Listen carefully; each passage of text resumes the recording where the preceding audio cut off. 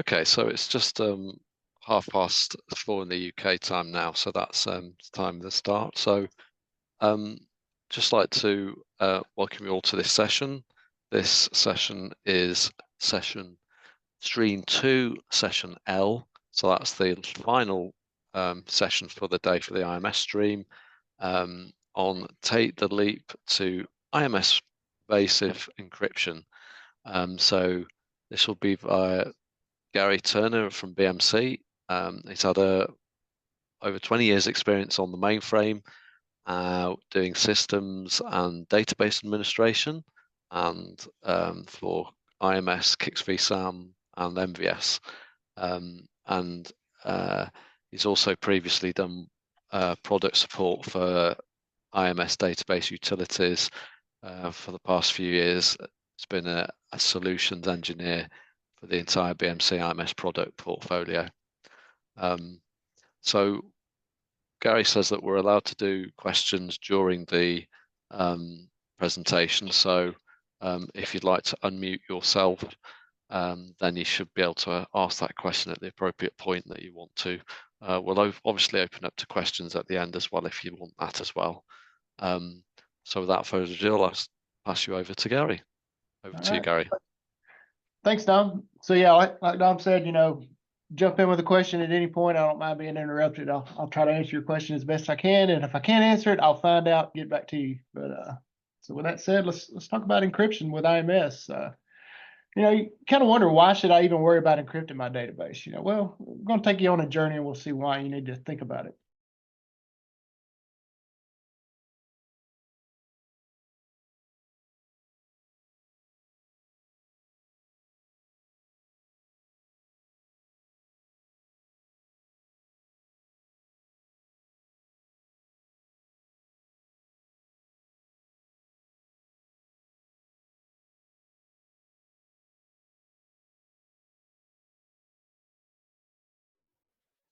Yeah, Gary, I think you've lost your sound, so if you unmute yourself, How that'd be about great. now? I knew I forgot something. Sorry about that. So we're going to talk about pervasive encryption. And how you can implement that within your IMS databases. This is my LinkedIn profile right here. So if you want to connect with me on LinkedIn, the slides are out, on the site. You can download, you can get the profile.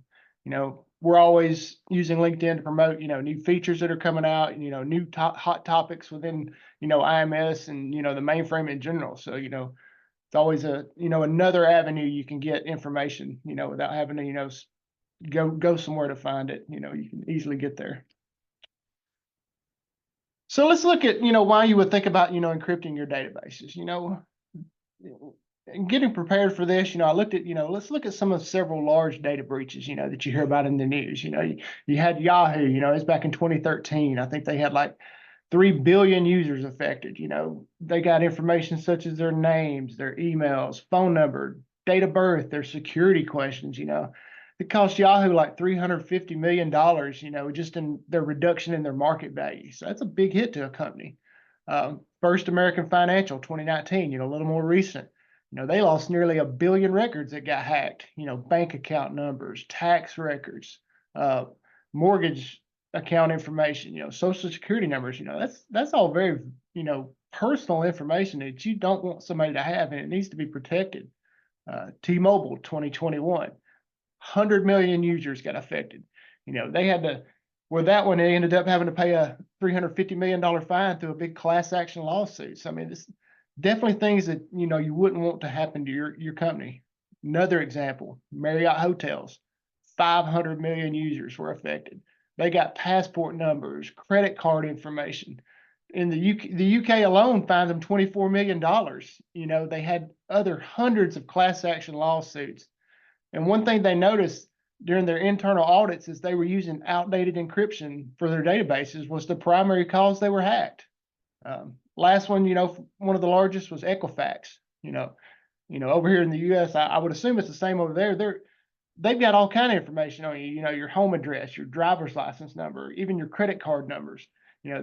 This breach cost them $700 million. Just in the users that were affected. Yeah, So, in the UK, Equifax is huge as well. okay, yeah, It's one of the main credit scoring companies, basically.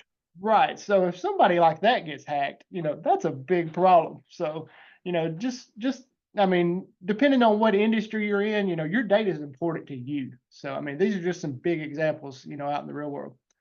So you're like, okay, yeah, all these are several years old. Why do I need to worry about this anymore? This is just back in 2023 alone. You know, look in July, you had 87 breaches just in 1 month. 146 million records were uh, calculated to be breached. 2023 alone, almost 700. 600 million records. I mean, you know, hackers are not stopping looking for ways to get into your systems. But you're like, okay, that's distributed. We've got good firewalls. We've improved our intrusion detection. We've got two-factor authentication now. We're all covered. We don't need to worry about any of this. Does anybody remember this guy? His name's Edward Snowden. He was a contractor for the National Security Agency. That's, one of our intelligence agencies over here in the US. I mean, they have records on everything. This guy was a contractor for them, and he released millions of documents, that had all kinds of classified information. It's probably the biggest data leak in US history. Um, and what's funny is, he stole all these unencrypted records, but he was sending encrypted emails to the journalists he was working with to help, release all this classified information. So, the last thing your company executives want is to make the news because of a data breach. And the best thing you need to remember is not all threats come from the outside. This could be somebody disgruntled with their job, so you need to put proper, protection in place. And encryption is an easy way to do that. Really, these days, you've got nowhere to hide anymore. Most not if all regulatory compliance agencies either require or they strongly encourage encrypting your data. Back when GDPR came out several years ago, that required, if you had a data breach or you suspected a data breach, you had to at least report it within 72 hours. Nobody wants to do this, because there's public shame involved with, having to report you got hacked, and if you didn't report, you could result in fines. Over here in the US, we've got HIPAA, which is a health organization type regulatory compliance. And they're a little more lenient. You've got 60 days to report from recovering from a breach. They're becoming more and more common every day. You see it in the news all the time. Bad actors are always looking to take advantage of any software vulnerabilities they can find and get, unauthorized access to your critical data. So the need to secure this information has never been greater. So within IMS, with pervasive encryption that came out back in 2017, I believe, so it's been around a while, so it's pretty stable. IMS gives you several different data set options that you can look at to encrypt. Your VSAM data sets, your OSAM. You can do your olds. If you got batch logs, your SLIDs, image copies. You can even encrypt your recons if you want to. Your WADs. So IMS gives you the ability to harness pervasive encryption to encrypt a lot of your data sets. But we're going to only worry about the three: VSAM, OSAM, and if you had FastPath, we can also encrypt those as well. So if you're not familiar with what you would need from a minimum requirements for ZOS to do data set encryption, you got to be at least ZOS 2.3 or later. If you're 2.2, here's the APAR you would need. You've at least got to have a Z196 box or better, and you need this Crypto 3 Express coprocessor. So that's a chip on the box. So once you have all this, or if you will be able to use pervasive encryption. So this is the minimum, hardware and software levels that you need. So first we'll look at encrypting a data set, for this is more the sysprog's job, but we'll give you the whole holistic view of what all needs to go into it. So the first thing you have to do is you define a key label. And the only way you define a key label is when the data set is allocated. You can't go alter it later on. So once you get your key label set up, It uses the ICSF, which is a software element of ZOS, and that's going to work with those cryptographic features in ANRAC-F. So we're not going to go into all that. You could have a whole session on how all this works, but just know that this is kind of the base thing that you need to start with encryption after you get your hardware and OS set up. Got 3 different ways you could define it. You can use JCL allocation with the DS key label parameter. You can actually do it in the EDCAMS define. There's a key label parameter you can add as well. Or you can just associate a data class, so your ACS routines can pick it up, based on by data set name. So those are the 3 ways to start off to get an encrypted data set set up. So we'll start with the easy one, BSAM. So now you've got your keys defined, you're ready to encrypt, well, how am I going to go about doing this? So what would be the basic steps to, change a database over to encryption? First, you're going to have to take it offline. You're going to have to do an unload. Now, after you get it unloaded, you're either going to have to delete your original data sets or rename them and define the new ones with those key labels that you created, and then reload the database into those new encrypted data sets and bring it back online. Of course, your applications are down because your database is offline for this, whole period of time. So that's an extended outage. Is there any way to do this any faster? So what are some of your challenges, trying to get into pervasive encryption? In the mainframe world, we like to call it the Great Resignation. All of the people with a lot of experience are all retiring. It's affecting every mainframe environment. IMS, DB2, you name it. People are retiring. So how do we get the new people involved in, being able to pick up where the mainframe is today and, keep it a viable platform for the future? Because, all of us that work on it know it's a great system. It's very reliable as compared to the distributed systems. So we need to keep it, in the forefront and not people wanting to get off of it. Database outages, that might be a challenge for you. You can't take it offline long enough because your application team won't give you, enough time. So, what can I do to keep the database up as long as possible with a very minimal outage to get to this encryption? Some shops, you've got thousands of databases that you need to convert. This is going to take a lot of time. This is a huge project. How can I help get there quicker? What is there out in the market to help me get there quicker? How are you going to track your progress? Are you keeping spreadsheets? You got Post-it notes on your desk, emails, how do you keep track of, a project of this size? And back out. What if I mess something up? Is there an easy way to back up? Did I take an image copy beforehand? Am I going to need to unload and reload it again? So we're going to cover a lot of those topics. So within BMC AMI Database Advisor for IMS, we, with all these pervasive encryption, we built a workflow into this to help you make those changes easier and, be able to set down, a new DBA and make them, be effective immediately. So it's called the Tuner Convert database workflow, and it's going to help you make mass changes much easier and less error prone. Within this, we've added a new feature called the tuning and LDS conversion workflow. So this is really going to help out with, if you have OSAM databases that you need to convert over to pervasive encryption. You just input the high-level qualifier. The wizard is going to automatically create all your data sets needed. You give it a workflow name. And this can even tune your HNAM databases, with the same simple workflow. You can tweak your SMS settings if you need to as well. And it keeps an audit trail so you can keep track of your change activity. So within this workflow, we've got it set up. You see the name on the left. Here's where you can add your storage classes. Once you've done to that point, you can save your changes. You can submit it. This is going to create all the JCL required to make these changes. So it's a two-phased approach. You set up the workflow, it generates the JCL, then you can submit that JCL in your outage windows or, however you normally do your maintenance, so it's not, you have to do it all at once. within everything that gets generated, we're going to generate any DBRC commands that are needed, any IDCAMS definitions, that'll point to all your new allocations, your new storage classes if you change that, your data class, for your encryption. We're going to save off the original ACB information and DBD modules, if you need those for backout purposes.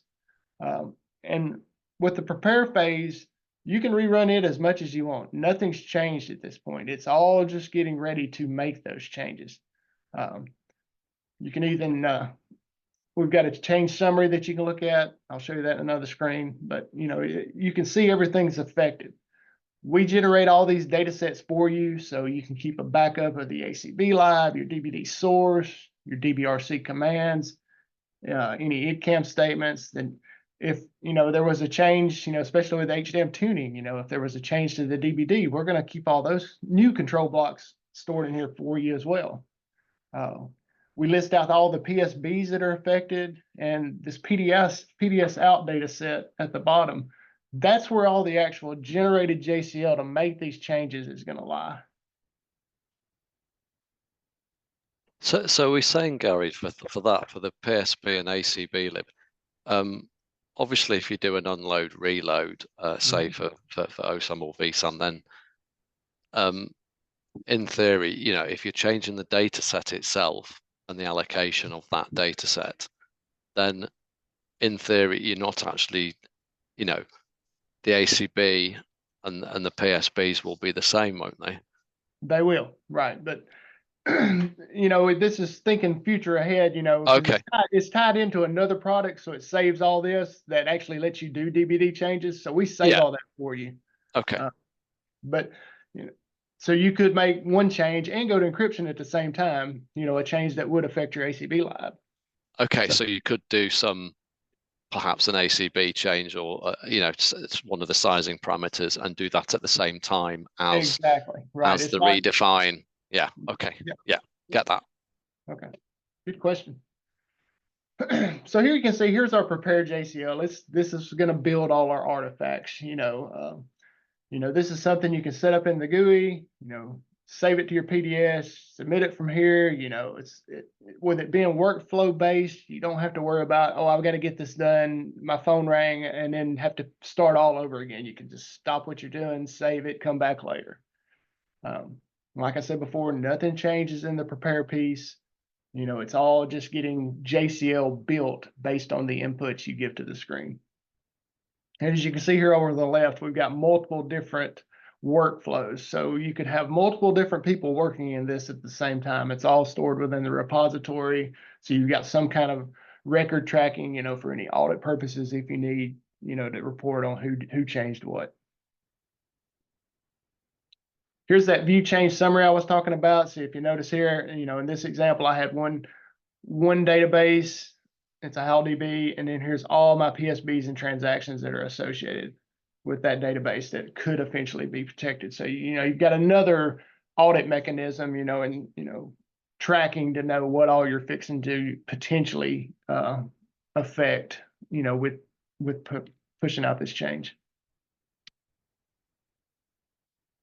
So once you're ready to start, running your workflow, it's, the setup member, like I was talking about, that's the one that'll generate any new ACBs if needed, if you were making an actual change as well with this. And then it's going to generate for every database that you plugged into the workflow, there will be an individual job to make those changes. So for example, if you needed to get every database that started with ABC and generate, a conversion job for it, it's going to generate a member for each one of those. I mean, that could be 5, that could be 10, that could be 100, it could be 1,000. I mean, it's going to generate all that JCL immediately for you. So then you can stage those jobs out and run them as you need to. So you can just imagine the amount of work saved from having to individually code all those JCLs to make all those changes. And if you're like me, I'm not the best typer in the world sometimes, and I'll make a mistake, and that's the last thing you want to do is have a finger check, as we call it, to get a JCL error or a job go down for some reason, once you roll it out to production. So it gives you a nice good feeling that everything's going to work, once you get ready to roll it out and deploy it. Any questions so far? The audience has been quiet. Yeah, and just say for the ones that have joined, just unmute yourself if you want to ask that question at Yeah, any time. jump in at any time. So here's a graphical view of how the workflow works. You got the phase one I talked about with the setup. It's going to pull in all those parameters, your ACB lives, your DBD lives, information from the recon, and it's going to punch out, your reorg JCL or JCLs, that get created. And then it's going to also create these workflow data sets. So that's your history of everything. So just a little background on each one. This ACB BK, that's going to be your original ACB blocks and all your DBD and PSB information from the workflow. ACB copy, this is going to be the generated list, and it's going to be used as far as an IAB copy for the backup portion of what we're saving off, just to have a copy, because you can't ever have enough backups. I come from a backup recovery teams, and that's all we were worried about. Backups, you couldn't have enough. So the change list, that internal settings, what's changed in the parameter settings for this workflow. DBD source, this is your new DBD source. If you did any database tuning, specifically for HDAM or PHDAM, you can also make those tweaks as well in this utility. DBRC commands, if anything was needed to be changed there, mainly that's PHDAM. I think I'll cover that in a couple of the slides, some of the options you can use in there to change some of your parameters rather than in the database. You can do it within DBRC. The defines, this is going to be all your new IDCAMS control statements. These are going to be your shadow data sets. So when we do the reorg later on, this will have your new allocations and data classes for encryption. New ACB, new DBD, kind of self-explanatory. Those are the control blocks for both of those. PDS out, that's going to be where all our generated JCL is. And PSB list, that's going to be a complete list of all the PSBs that are in this workflow. So here's an example of the generated JCL. It's an online reorg that comes with our product. So with this example, since we've got share yes and update, the database will remain online during the reorg. There'll be a small little outage at the start. To get a sync point, we do all the copying to the new shadow data sets, which will be encrypted. At the end, we take the database offline, we sync up any updates that happened during the reorg, and then we bring it back online. So your outage went from the whole entire reorg to just when we do the renames. If you've got, our Delta products, which is now called Change Managers for IMS TM, installed, you can see these ACB live statements down here. He's going to automatically refresh your control blocks for you, so you don't have to, do an online change and all that to roll it in. He will do it automatically as part of the reorg. So that's another way we further reduce the outage to help you get to encryption.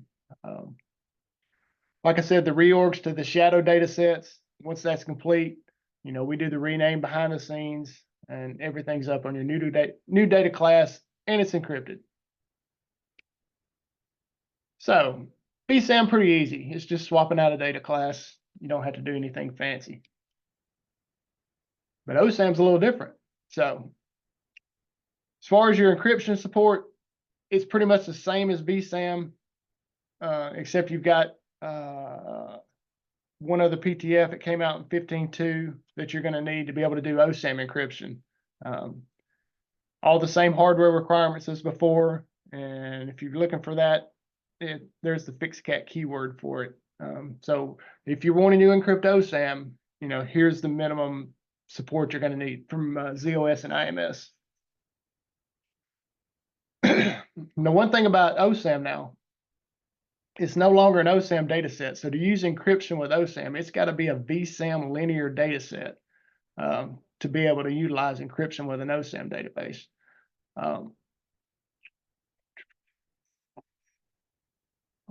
So one thing to remember about OSAM, the data set must be in extended format if you plan on extending beyond the 4 GB limit, and it must also be extended addressability.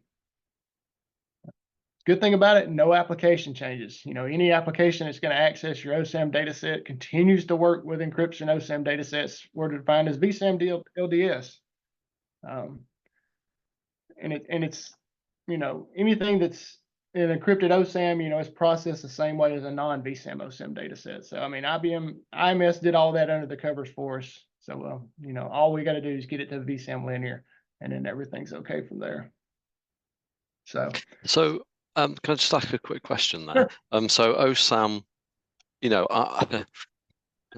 our shop definitely sometimes made, well, how do we say? They design things for doing VSAM, say H on VSAM, and then from a performance perspective, we actually went to OSAM for some, not just for the going over the 4 gig and going to be able to go to 8 gig, but also from the performance perspective, OSAM, because you don't have the VSAM bits in there, then it actually can perform a little bit better. So is there any VSAM LDS? Is there an overhead with that? And then secondary question, I guess overall there must be some hit when you do pervasive encryption in terms of performance. Right. According to IBM, there's very minimal, if any, and in our testing here, we haven't seen, any sizable difference at all Okay. between the two. So, I mean, they did a lot of, you kept the OSAM access method, just the underlying, within IMS, just the underlying data set is now VSAM linear, and Okay. You're going through IBM Media Manager for either access method, and they definitely made it perform as well as OSAM traditional. Okay. Thank you. So as you can see, we're going to make a change to OSAM. It's still the same utility, our good old tuner convert wizard, and now we're going to use the new workflow type of OSAM to LDS. You can see right here that box will be checked since the database is OSAM. Now it's going to automatically generate the proper data sets for us. One thing to remember about VSAM linear, the CI size needs to be a multiple of 4K. So 4096, you can go up to 32K. I know in a lot of shops you'd see, OSAM, it'd be like, 512, 1024, 2048. So that's one thing that this will do for you. It's going to round up to the next multiple. So if it's 1K, you're going to get 4K. If you got 6K, it's going to go to 8K. So as you could probably imagine, you may have to change some buffer pools around if you don't have one big enough for those, within your IMS. But you could also, if you made those changes, your randomizer parameters in your HDAM is probably going to be a little off. So the good thing about it is we're going to take the statistics we already have about the database and make it optimal the first time, you do the reorg. So you're not doing the reorg and then, oh, my database is performing poorly because my block size changed. So that's part of the tune piece that comes with this, and it doesn't, under the covers, you don't have to do it, figure it out manually.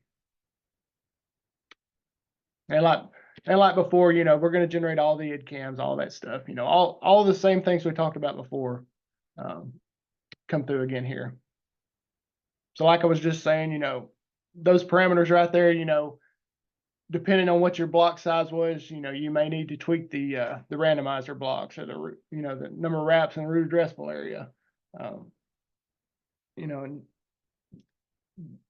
changing that block size around could affect that, So I mean, the last thing you want to do is, get into production, and the database is running terrible, and you got to take another outage to go fix it. So this is all about helping you get it right the first time without having to do work over.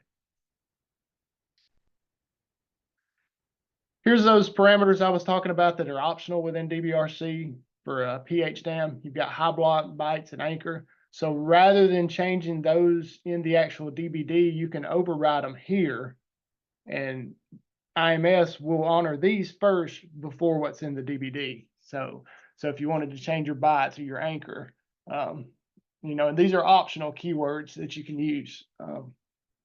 There's also another one, I didn't list it on here, LDS and no LDS. I know there was some confusion early on when IMS first came out with this that, it had to be, this flag had to be turned to LDS on in the DBRC. But it's really just it's an optional parameter. Some people use it more just for documentation, but if the underlying data set is VSAM linear, it's going to honor it as an encrypted linear data set. Otherwise, it's going to be no LDS. So the little confusion in that early on, it's an optional keyword. It's not required, to turn on linear data set encryption. So here's our generated IDCAMs. You can see you got the linear keyword added here, got the data class. So if you're using the allocate command or something like that, you don't have to worry about redoing everything. We'll generate all that for you. And then the cylinder allocation that we've got here, it's based on your current catalog information. So it's not like we're just making up a number. We're taking your current allocation and converting that to the proper size, as far as your CI size that got determined it would be in the space amount that's actually needed. Here's the process flow. As you can see, it's pretty much exactly like the other. Bringing in the same information, creating the same output information. One thing, now when you do the online reorg, you can take an image copy. This will be a batch image copy as part of the reorg. We've got all kind of reporting, so you can see how your database is laid out afterwards. As far as number of segments, things like that, so you can make sure afterwards that what you came in with is what you created on the outside. It's going to reorg to the shadow database, and at the end, it's going to rename those to the new database name. So here's the generated JCL for the OSAM. It's very similar to the other. It's got the DBRC commands. If you were using those, we can use those on the fly automatically. All those were stored here. This DBRC update keyword, that's how you would do those as part of the reorg. This is still a share yes update. So the reorg runs, the database is only out for a little bit, a few seconds, at the beginning and the end to get the quiet point and then alter the database name. So very minimal outage rather than having the database off the whole time. While we're capturing any updates that could be in flight, we're storing that information as a log batch log in DBRC. So from a recoverability standpoint, nothing gets lost, so you don't have to worry about that time in between when we're capturing updates. We do save those in DBRC as well. Let's see, old DBD keyword up here. You can use this if you did want to change the DBD rather than use the DBRC method. You could do that right there for your HDAM and PHDAM databases.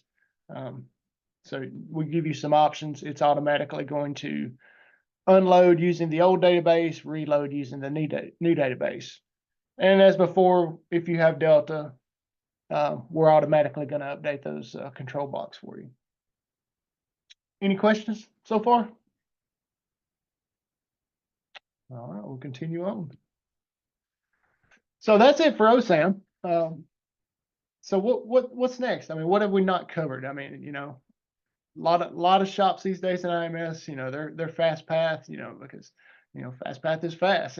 That's what the name's for. But how can I get to pervasive encryption as one of those with very little outage? Well, let's look at what we have available. So as before, it's kind of a recurring theme. At least IBM made it easy for us there. All the maintenance is the same, from an OS level, hardware level. I did add one, if you're still running FastPath, you probably want to look at getting this APAR if you don't already have it. That lets you go past 2048 areas, so a lot of shops these days, they're getting some really large FastPath databases with many areas, and 2048 wasn't enough. So now you can theoretically go up to 9,999 areas for a single DDB. So for FastPath, it's a different utility. It's called the FastPath Restructure Wizard. Now, this utility wasn't initially designed just for making this. This was made for making structure changes. But we did find a good way to use this to help you get to pervasive encryption, without having to take a big, long outage. So here's kind of the overview of how restructure works. It's kind of a 1 to 2 phase approach. The first phase is prepare, and then the second phase, you're going to create your shadow data sets and you're going to actually do the restructure. So in the first phase, the prepare, we're going to capture all the information that's needed to do the restructure online. It's then going to take this information, it's going to be input to the shadow init, and then the restructure, and if we needed to restart anywhere. We do give you options to control pieces of the restructures if you needed to stop at certain points, and I'll go over that a little bit later as far as how all that works. So this kind of works similar to our online reorg and the full function utilities. There's a short little class to pause the database. Then we're going to DBR it, rename everything, bring it back online. It's a much shorter outage than your traditional unload, reload type reorg. And any change apply tasks, they're going to apply all the captured changes to the shadow area data set. So, that period when everything was getting copied, we're out there looking for any updates. So here's how the workflow kind of works. It's all menu driven. It's going to walk you through. As you can see here, there's lots of instructions on what you're fixing to do through the workflow.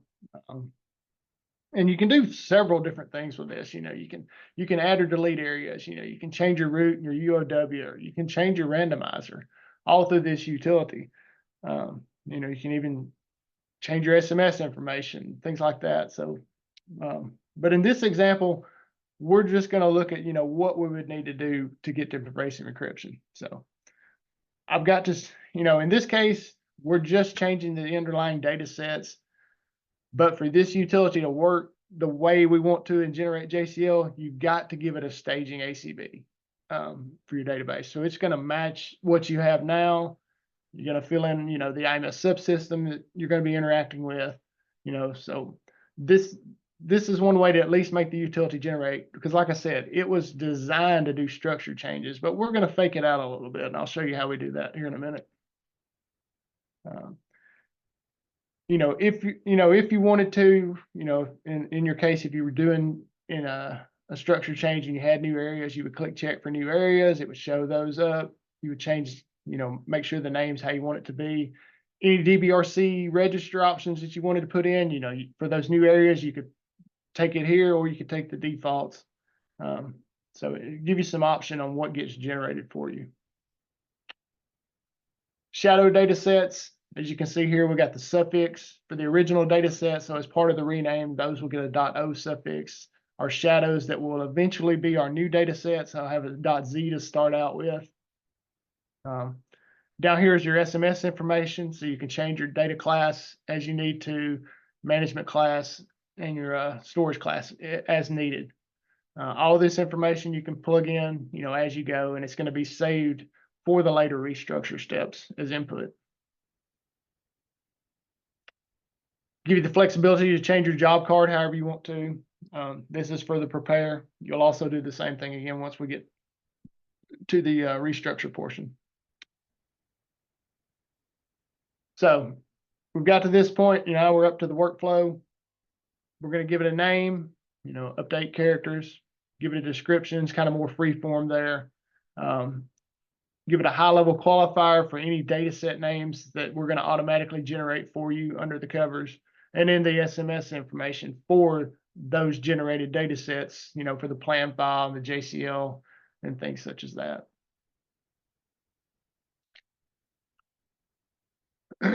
So we've put in all our inputs.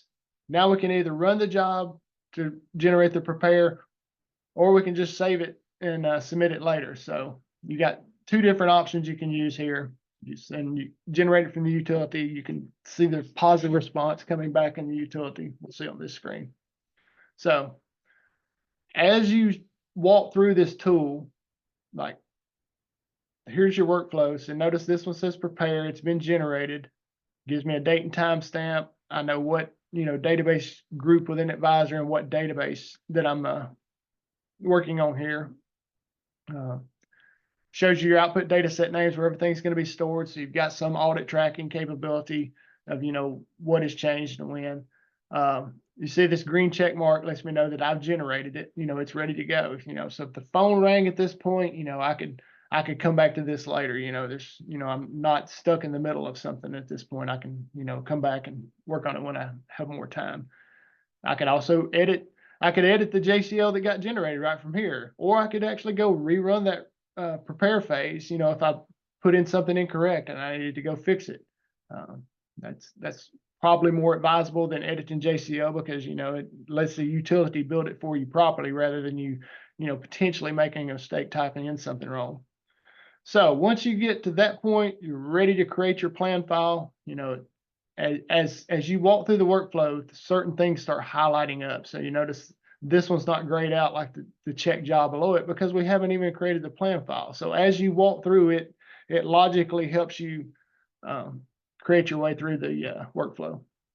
So once we create our plan file, here's kind of how, a good graphical view of how that works. It's going to bring in, if you were making any actual changes, your old randomizer, if it was there, the new randomizer, any, all your active areas, the old ACB, if there's a new ACB as well. It's going to create a whole bunch of reports for you, about what you're changing, what you're looking at changing.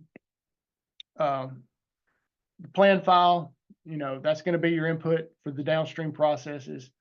And from there, you'll create your shadow data sets. So here's a look at the prepared JCL. These all get generated for you. The one thing to remember, this require area all. This is how we're faking out this utility because if we didn't add this keyword, it would automatically know that there were no area change, because our ACBs match, there's nothing to do. So this is how we force it to pull in every area to be able to do our pervasive encryption change across our whole FastPath database. So does that mean, Gary, does that mean that you do have to have, I mean, you said it on the first foil for this particular orchestration or this particular exercise for the FastPath one, and you did say it was all areas, yeah. So right. It is, so it does it spawn started tasks to do each of those areas? If you've got, say, more, I mean, if you've got 20 areas or whatever in a database, FastPath database, you have to put all of those and run that all at the same time, do you? Right. The internals of, the prepare does, however it synchronizes everything. So it gets all the information. In the restructure, it's going to coordinate everything within it to be able to handle, all the areas you provide that are going to be part of the restructure. So that means the internals of the tool help, coordinate all that. That's what you're asking. Right. Okay. Yeah. And I suppose a supplementary question is, technically, can you have one area out of a number of areas? So if you've got, well, I think what you're saying is for this product, you've got to do all areas at the same time, but technically, could you actually do an encryption on one area only of a database that's got 20 areas, for example? There would. Or again, is it all or nothing? Without any type of structure change, you have to do them all. So if you were doing a structure change on that area, yes, you could just do that one. Or whatever fell within, your changes, then you could do it that way. But if there's no changes, it's an all or none. Yeah. Okay. So if there was no changes, like no DBD or ACB, and you just did an unload reload with one area out of 20, that would actually, you'd be able to get that one with encryption and then the other one's not. Right. Okay. Yeah. Got that. Thanks. All right. So the good thing about this is the prepare. There's zero outage. You can rerun the prepare as much as you want. So that's that's one of the good things, and it runs as an IFP region, so you know, it's out there comparing control blocks and load modules and all that, you know, during the prepare. You see our plan file gets created here. So this is going to be the input to the restructure. So this is where, you know, everything gets defined that's going to be downstream. So if something needs to change after this point, you need to go back and rerun the prepare to get it right, because once you get to the restructure, there's really nothing more to do than to take the plan file, execute what you told me to do.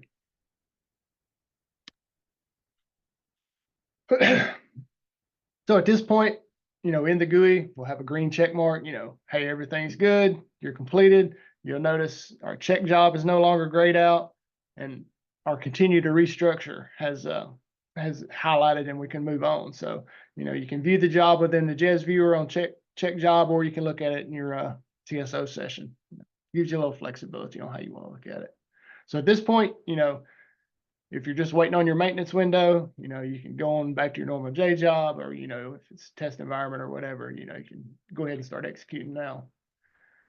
So as you can see, the workflow is pretty much the same. You're just going to walk through and verify all that your inputs match up with what you gave earlier. So we won't go through all those screens, but it's pretty much, you know, all the same screens you went through before, just verifying everything looks, you know, exactly like it should. And, you know, and if it doesn't, you know, call us and let us know. We'll look into that. But, you know, I've never seen it not match what I put in. So it's kind of like the okay, are you sure button on Windows sometimes, you know, it's just making sure. So at this point, you can see we're ready to submit the restructure. You know, nothing's changed at this point. All the prep work's done. You know, you got a generated status. You know, maybe this is the point you want to wait to for your maintenance window as well. You know, the job's ready to go. You can submit it from here, or you can, you know, submit it from a batch scheduler, because we saved it in this AMS out data set. So going back over the restructure phases, kind of a, you know, we'll call it 2 phases, you know. So in the first phase, you're going to verify the plan. You know, like here's that little pause I talked about at the start, so we can turn on our change capture that's going to look for updates. You know, we're going to turn off the pause. Then we're going to start all our area copies. So all of those are going to run in parallel, you know, and it'll coordinate, you know, with, you know, how they all sync up, keeps track of when they're all done.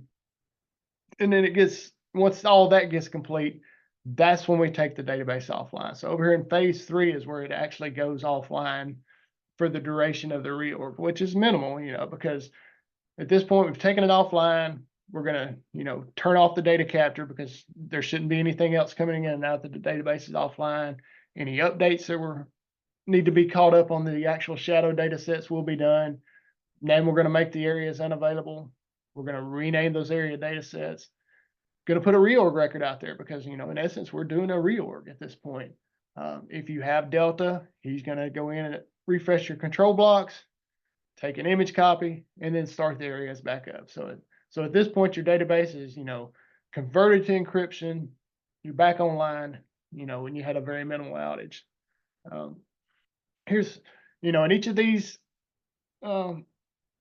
copies, you know, as an IFP region, runs in parallel. Here's kind of what it's doing underneath. You know, you got each area, you know, it's a 1-for-1, you know, region per area copy, shadow data sets. You know, you can see over here, you got the change capture over there watching for any updates that are coming into the areas. And then we'll apply those at the end to the shadow data sets. So that way, you know, that anything that happened, you know, in between, let's see. So, and we set the utility running flag in the DMAX. So it prevents any, you know, execution of anything else trying to get to your DDB while the restructure is running. So that's going to be turned on until it's complete. So you got a little verification there that, you know, nothing could potentially jump in and write some records to your database while you're trying to get this done.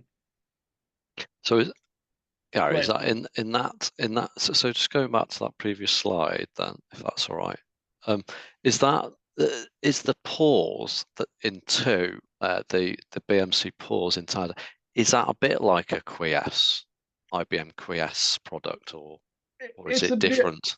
it's a, yeah, it's similar. I mean, it's, we stop out, it's, our code underneath it was a precursor to the class command. Okay, We pause activity, nothing happens. Once we get it paused, then we can, take a snapshot of the databases and start, turn on that capture process. okay. So And it's a way to pause activity without taking it offline. The DBR comes on the, at the end phase. right, but so when that pause starts on two, does it mean that we're actually like what? So what happens to a BMP and what happens to an MPP, for example, if it's trying to Those, write to the area? right. So like, with like a BMP or MPP, if we can't get authorization to get that little pause, we'll Yeah, start spitting out messages. But if you have application restart control, he yes, helps, intercept that and pause the BMP or MPP as right, well. And, okay, it helps you get that interrupt without it, interruption to the program. The program doesn't know any better. He just restarts and, once we release. So there is okay, some coordination between products there, yes. okay. But if you didn't have those, we would have to wait. It's going to spit out WTOs. Hey, PSB. This PSB has us in use. Okay, so a quieter time is Quiet recommended then. time. Yeah, yeah, Yes, or the quietest time. yeah, Yeah. yeah. All right. Exactly. Cool. Thanks. Good question. Thanks for Good question. clarifying. Yeah, good question. So I mentioned it earlier, in the actual turnover phase, that we actually give you points that you can stop, and we call this early termination. Uh, right now, there's 3 places you can stop. The first one is right after this, right before the rename area data sets. This is before we do the IDCAMS alter for the shadows. So it's some people like to use it as a good user validation spot for new areas. Our second spot is before this image copy. Within the tool now, it takes a user image copy. You could actually stop it here and take a batch image copy as well. If you didn't just want to be turning the image copy flag on. So it's another place that we give you an option to stop. And the last one is before you start the database. So this is going to give you, plenty of time for any additional verification, if you need to do that before releasing it to your applications.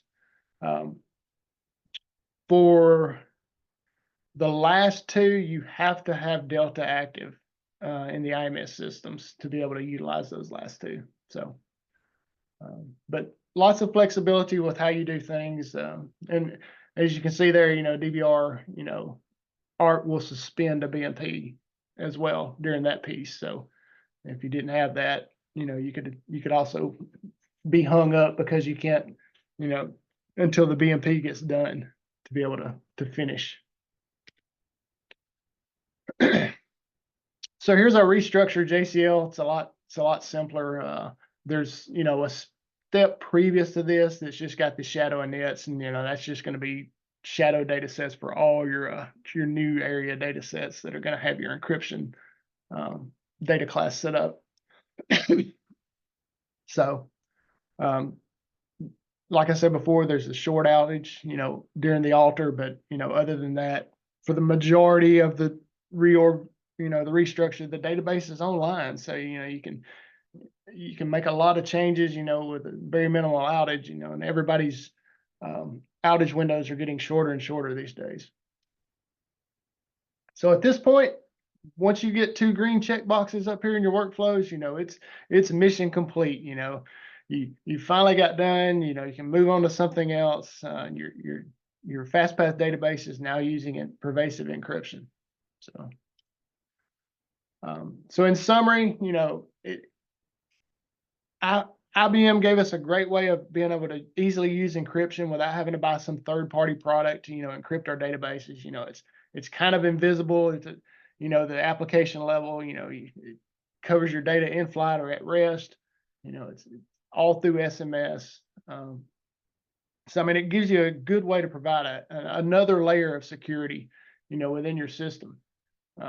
Our graphical interface within Advisor, definitely helps make and get there a whole lot easier, because if you had to create a lot of this JCL from scratch, it could be time consuming. So, I mean, there's definitely the trend is definitely to do more with less. I've seen over the years, I've felt it over the years myself personally. So, when I worked out for a manufacturing company, so I mean, it was, any tool I could get to help me do my job more efficiently was always better.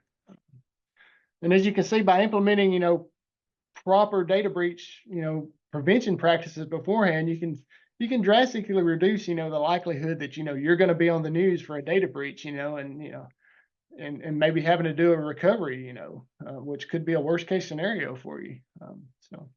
But hope you found this informative today. Here's our QR code for our session feedback. So feel free to give me any feedback on this session. And Dom, I'll give it back to you. Okay, well, thanks, Gary, for that. I thought that was really informative. And I've got a couple of supplementary questions just at the end, but Adira, Joshi, do you want to ask any questions at all? I know you're the last sayer on the call with us, so just unmute yourself if you want to ask a question. Feel free to ask any questions. No questions from me. Hiya. Thank you. Hello. Okay. I can barely hear you, Josh. If you put the volume up a bit, or we can just about hear you. I think, did you say you haven't got any questions? Yes, Joshi? I haven't got any questions. Okay. I think my headphone is not set properly. I'm sorry. No, that's superb now. I can hear you. No, thank you. So, thank you. So I had a couple of questions. Just, I think I'm alluded to it before, but is there actually much of a performance hit with pervasive encryption at all? And particularly for like the FastPath database, where you're doing writing S steps and things like that. Is there a bit of an overhead, or not? If there is, it's negligible. I mean, we right. haven't seen anything in any of our testing, and IBM hasn't really advised one way or the other. So, I mean, we're using the underlying techniques of SMS, the Yes. structure within there. And I do remember hearing on the Z14 to a Z15, the crypto cards got a whole lot better at a Z15. Okay. But even on a Z14, it was negligible, as far as the performance impact. Okay. And another question, just probably a silly question here, but I'm thinking in my head, when I think you were saying you want to lock down things so that people can't see them in encrypted data sets and that. So when we do our analysis against the database and we look at the logs associated with those. So if you're looking at like an 01 and 03 IMS log record for a transaction, and the data portion of that, does that mean that is, basically when you look at it, that data portion is encrypted, or is there a GUI to get that? Do you need to? Are you talking about the actual log records? When you're writing the log records to the encrypted data sets, does it mean that you've still got the access that you have to look at that data, the data portion? Right. So when the data is encrypted, you have whoever's trying to write to that database needs to have access to that key. So, I mean, that's down at the RAC F level of permission. So as long as they have access to the keys of that data class, they'll be able to, encrypt and unencrypt that database to utilize it. Yeah. So does that mean that I've got to get that? So if I'm using a tool to do, I might be using one of the BMC tools to like Log Analyzer to look at the screen in Log Analyzer when you get the output. Do you need that set up so that you can actually do that viewing of the actual data portion of the records? And you're saying it's got to have the key and the access. Right. But in Log Analyzer, you're just looking at the log data, right? Not the actual data. Right. So if you did not encrypt that log, you wouldn't need the keys. Right. Okay. Yeah. Yeah, so you basically, because it's the VSAM, it's the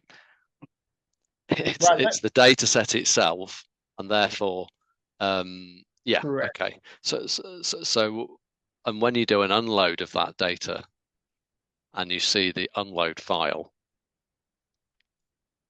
what will the unload file look like then? I'm asking a silly question, I think. But... Yeah, I would. That's a good question.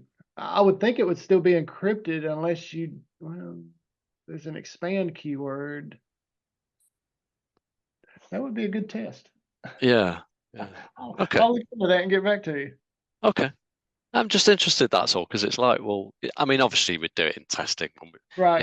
If you did it, you'd do it in a test environment first anyway, so we'd get to know these things. But it's just an interest thing, that's all. But I'm going to go out on a limb, and I would say it would be unencrypted on your unload file. Yeah. This is what I was thinking actually, but there you go. Right. Because I know there's keywords within the reorg stuff within compression to leave it compressed, to speed things up. Yes. So. Yeah. Okay. That's good. Cool. Get back to you. Oh, that's okay. Thank you, Gary. And no, I'd just like to say thanks very much for that presentation. Then we had a few other, Josh in, and we had somebody else in as well before Claire, and somebody else I think also, but they didn't stay for all of the session. But thanks very much for doing that. And everybody, if you got feedback, then the previous foil did say feedback for this session, and the session was 2L, and we've got a couple of other sessions tomorrow, so don't be shy attending those as well. But thanks very much for your attendance, and thanks, Gary, for doing this presentation this evening for the UK and afternoon for you guys, and a bit late in India as well. Yeah, thanks for having me, Don. Appreciate it. Appreciated. Thanks very much. Take care. Take care. Bye.